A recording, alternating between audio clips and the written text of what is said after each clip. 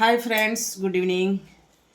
સભ્યસાચી બ્લાઉઝનું કટિંગનો પિક મેં મૂક્યો તો ફેસબુકમાં મૂક્યો હતો, યુટ્યુબમાં નહોતો મૂક્યો. આ આ મારું પોતાનું બ્લાઉઝ છે.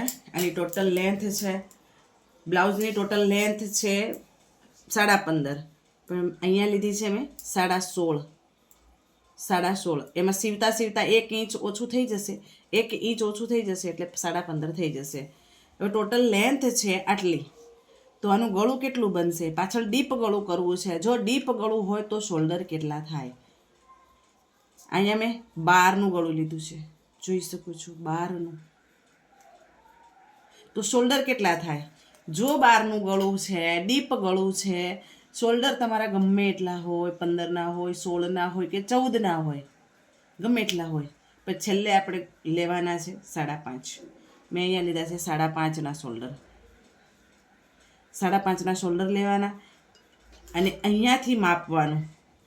જે બાજુ ગળી છે ને, આ ગળી પડેલી છે, મધ્ય કહેવાય આને બ્લાઉઝનું, ત્યાંથી 2.5 ઇંચે આપણે ગળું લેવાનું છે. તો આપણું ગળું વધશે કેટલું? 3નું. તો છેલ્લે બનશે કેટલું? 3નું ગળું બનશે. આમાં દોરી બી નહીં મૂકવી પડે, વગર દોરીએ શોલ્ડર નહીં ઉતરે.